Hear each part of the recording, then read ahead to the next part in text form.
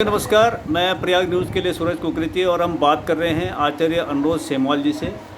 और हम अब सनातन संस्कृति से बात तो हमने काफ़ी कर लिया। सनातन संस्कृति पर उन्होंने बहुत कुछ रखा है और सनातन संस्कृति को विश्व में आज जो है बहुत बड़ी तादाद में अन्य संप्रदायों के लोग भी स्वीकार कर रहे हैं।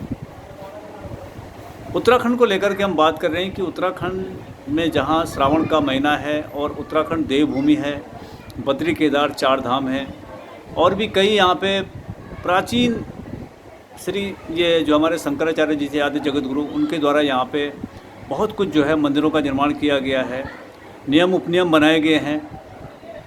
लेकिन आज बहुत जगह लगता है कि जिन लोगों को जिम्मेदारी दी गई है मंदिरों की, धर्मस्थलों की, वही खुद उन नियमों को तोड़ रहे हैं। बहुत से मामलों में जो है ये गैर जिम्मेदारी जो दिख रही है, उसके कारण जो है बहुत से हमारे जो हैं जो मठ हैं, मंदिर हैं, वहाँ पर अव्यवस्थाएँ देखी गई हैं।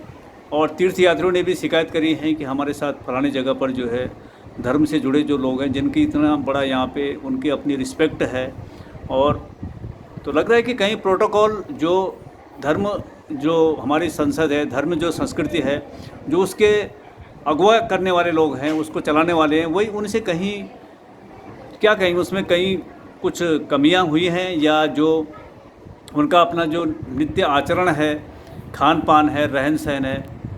जी देखिए, आपका जितना पूरा विषय है आपने रखा है जी, वह मूल रूप से एक ही विषय है कि हमारे संस्कार आज हीन हो रहे हैं। जी, हम किसी भी कार्य को करते हैं, गृहस्थ जीवन में रहते हैं तो गृहस्थ जीवन के संस्कार विराम हो रहे हैं।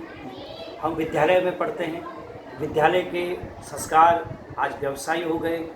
हम धर्म के कार्यों को करते हैं तो धर्म के कार्यों में कहीं ना कहीं अवरोध उत्पन्न हो रहे हैं। आध्यात्मिकता के विषय की ओर अगर हम देखें तो ये कलयुग है, और कलयुग की अगर विवेचना की जाए तो कलयुग में कलयुग का प्रमाण है कि राजा, अगर कलयुग का राजा कलयुगी है तो राजा अपने कार्यों को समाज में इसी प्रकार फैलाएगा।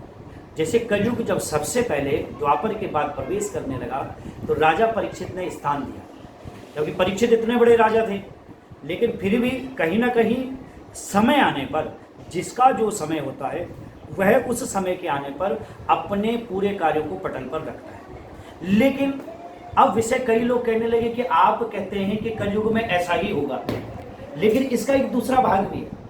जैसे असुरों के बीच में प्रहलाद का जन्म लेना, हिरण्यकश्यप के पुत्र प्रहलाद की उत्पत्ति हुई, तो प्रहलाद कैसे बुरी अधर्म के बीच में उत्पन्न हो गया, आधार्मिक हो गया, असंस्कारी हो गया। लेकिन प्रहलाद जी बड़े भक्त थे, संस्कारी थे। अर्थात कहीं ना कहीं आज संस्कारों से हम हट रहे हैं, और उसका सबसे बड़ा कारण है कि हमारी शिक्षा व्यवस्था कहीं ना कहीं सिर्फ व्यवसायी हो गई है। और व्यवसायी होने से उसका सबसे बड़ा प्रभाव कहाँ पड़ता है?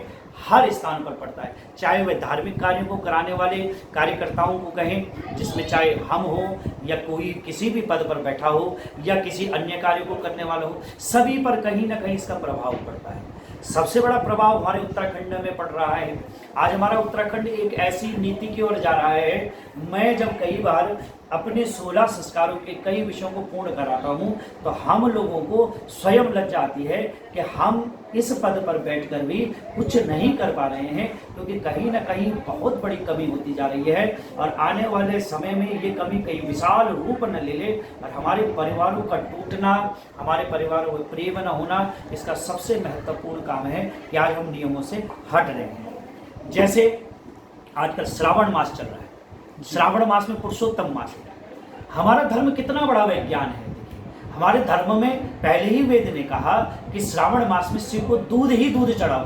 क्यों कहा गया है? श्रावण के बरसात मास में तो उसमें कई प्रकार के बैक्टीरिया उत्पन्न हो जाते हैं, तो सबसे ज्यादा सावन में दूध चढ़ाया जाता है। दही नहीं खाने के लिए कहा गया है। क्यों?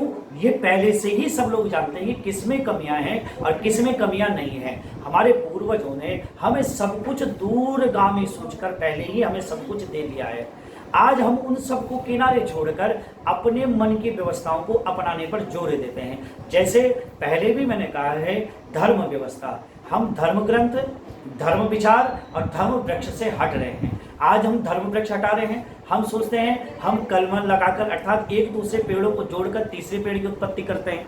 हम धर्म विचार छोड़ रहे हैं और हम धर्म ग्रंथों को नहीं पढ़ रहे हैं। जब धर्म ग्रंथों को नहीं पढ़ते तो आज अभोज्याभोज हम जो भोजन नहीं करना होता है, अर्थात बहुत सारी सूक्तियाँ उत्पन्न हो रही हैं, अर्थात वे सूक्तियाँ देशाचार समय के अनुसार बनती है। समय कैसा था? जब कभी उत्तराखंड की उत्पत्ति हुई होगी, यहाँ पर खेतों का निर्माण किया होगा, उस समय में की व्यवस्था के अनुसार हमारे पूर्वजों ने अपने को जीवित रखने के लिए किसी न किसी रूप से आहार की प्रणाली बनाई। जैसे हमारे पूर्वजों के पास पहनने के लिए जूते नहीं थे तो वे नंगे पैर रहते थे। धीरे धीरे खड़ाऊं का निर्माण हुआ, हमने खड़ाऊं को अपनाया।